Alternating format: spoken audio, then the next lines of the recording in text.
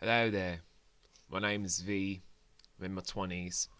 Right now, you guys looking at me after several fucking pints. I don't know how much alcohol. There was vodka, there was rum, there was gin, there was tonic, there was some absinthe, there were Jaegers. It was just a crazy fucking night as we were trying to go into this thing. But first, let's go into the intro real quick.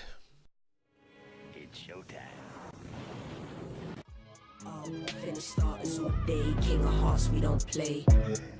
I will show no remorse if you bring a traitor my way. If you're crossing my land there, understand you ain't safe. Alright, now, to keep in order with the Netflix month, this whole month for March, second review we're gonna be fucking doing for y'all is End of the Fucking World. Why is no one stopping? Now, I know a lot of you thinking, oh, it's gonna be a real nice little thing. It's a show with some craggy little teenagers and all that sort of stuff. No, it's not that fucking simple, you twats. Fucking idiot. I'm sorry, I'm a little bit buggy. Don't mind me on the screen, I'm just hungover. I'm not dead, I'm just hungover. But End of the Fucking World is basically a series that was adapted from a fucking graphic novel that I won't talk about. I won't fucking talk about it. Fuck you. Fucking pellets. Alright, shit, I'll fucking talk about the goddamn graphic novel for you all. Shit, make me stumble over my entire phrasing. Respect me, change my mind and fuck off, please. Anyway, from the graphic novel adaptation towards this story, it wasn't really based in the UK. It was based in bloody America, because all you fucking Americans like to do stuff involving teenagers and some sort of weird, wacky situations, don't you? Don't you fucking fuckknockers?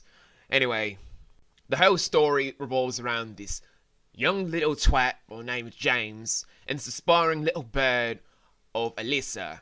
Happenstance meeting in school where first they're trying to start dating, and then after trying to get away from their everyday humdrum lives, they begin this whole unique Bonnie and Clyde type story without the whole cool things, such as robbery, sex, when they're actually legally aged, and the killing people with little remorse. You know, the things that you all in America love so much. And some of us Brits do, obviously. And I'm pretty sure I'm a psychopath. Now, if you're just going by that premise, it just sounds very humdrum now, doesn't it? It really is not that humdrum. This series itself is very fucking dark.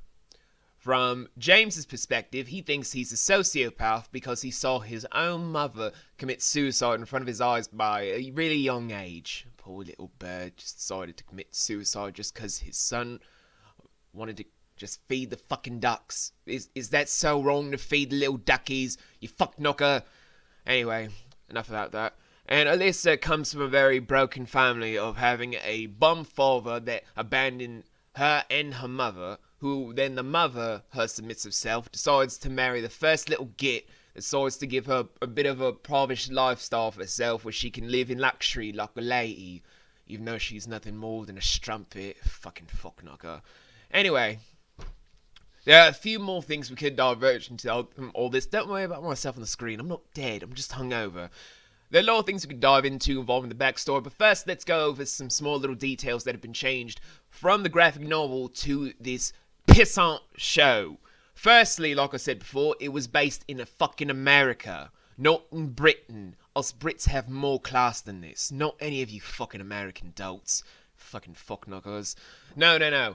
The whole thing is set in America, where the first few episodes kind of go into what happens in the story.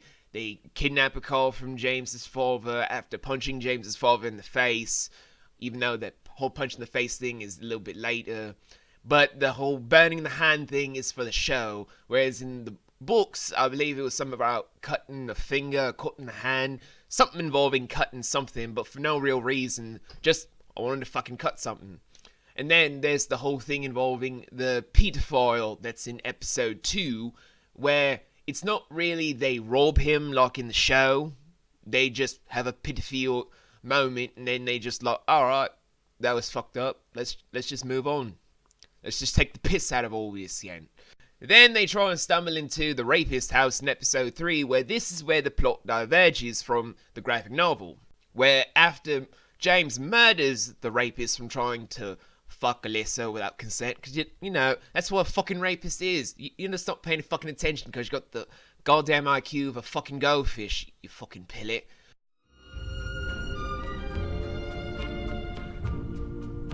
Anyway, the whole thing after the murder of the rapist is just that instead of the cops trying to look for James and Alyssa, the rapist apparently is part of a goddamn cult.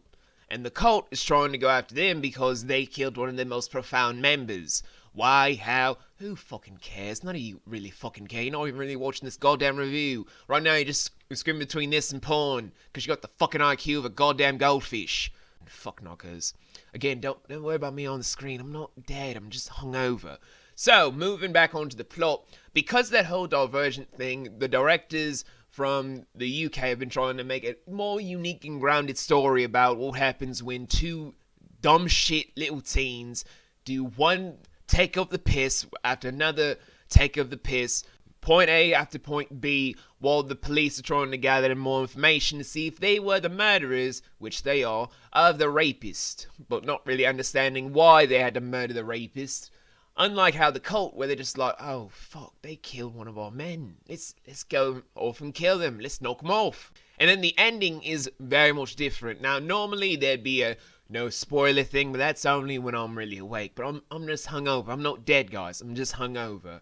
Where the ending for the show is left ambiguous, where you just hear a gunshot from James running across the beach after trying to take the entire blame of the entire plot's actions and whatnot for Alyssa.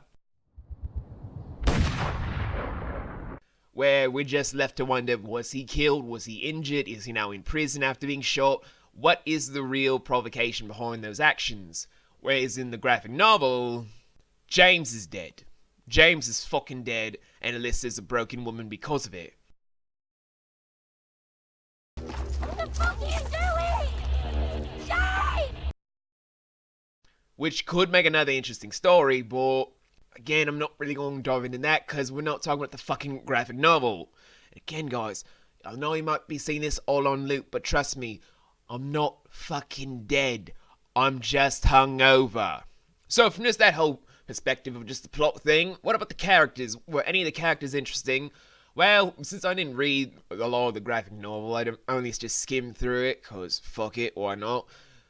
James was definitely an interesting male protagonist of trying to see if he really was psychopathic or was he just broken because his mother committed suicide in front of his face. And then Alyssa's also very complex because she wants to have the life for herself that she wanted all of her life, but instead she stumbles upon having a more interesting relationship with James after traveling with him and seeing what he would do for her out of love, which is a very poignant moment for a lot of people that really feel like they have no one else in the world. With that whole happenstance going on, the other side characters, although not really that fleshed out, really all that compelling, from James's father actually trying to be a git because he doesn't want to sit in silence and really just reflect on the fact that his wife passed away in such a very mundanely dark manner. It's a very, very congruent manner that I really do not wish upon even my darkest of enemies, and trust me, I have a lot of them. So, from all of those people, especially Alyssa's mother having more depth, the stepfather being an upright prick, the police actually giving a fuck about trying to find justice, but also trying to do their job, because, you know, fuck the police and all that you Americans like to say. All of those things trying to culminate into a very uniquely dark, humid, but also wacky and unusual show that not a lot of people will understand, but for better or for worse, this actually does make for a more compelling story than just cultists trying to find two teens for killing a rapist. Although, at the same time, I would have preferred if they killed the paedophile, because, you know, paedophile's not right, kids. So, aside from all those things of bad sayings and whatnot, I'm going to give this thing the whole rating system now, shall we? Since you already skipped into this part of the video trying to find the fucking review and whatnot, you fucking fuck knocker.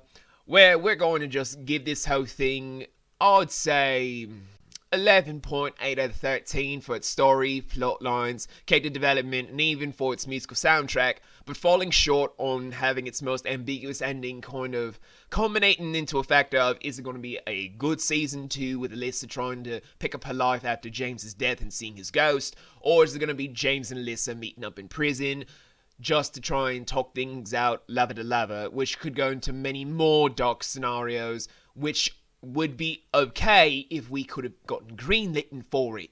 I don't like open-ended endings with no real resolution. Also for the fact that I don't like pedophiles or rapists, so that affected it too. Along with that rate, I would give it a B+ and award it 5.5 stars out of 7.